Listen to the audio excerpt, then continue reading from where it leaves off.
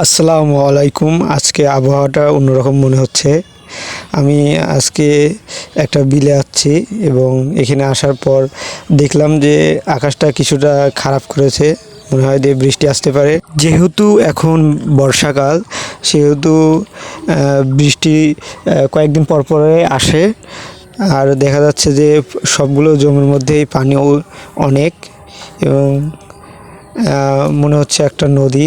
আসলে এগুলো জমি ছিল, যেগুলো যদিও এর সামনাসামনি আমি যাইনি এবং উঁচা জায়গা থেকে দেখতেছিলাম।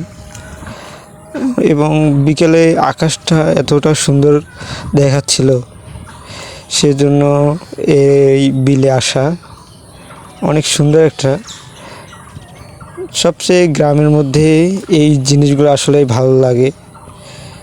যদিও এখন ধান কাটাকাটি শেষ, তবে কিছুদিন পর হয়তো ধান লাগানো হবে।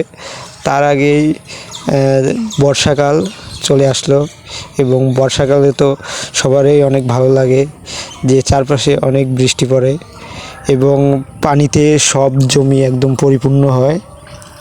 এরপর এখানে যে মাছ ধরার বিষয়টা, এটা বর্ষাকালে বেশিরভাগ হয়ে থাকে। গ্রামে প্রতিটা ঋতুই এক এক রূপ ধারণ করে, যেগুলো দেখতে অনেক সুন্দর দেখায়।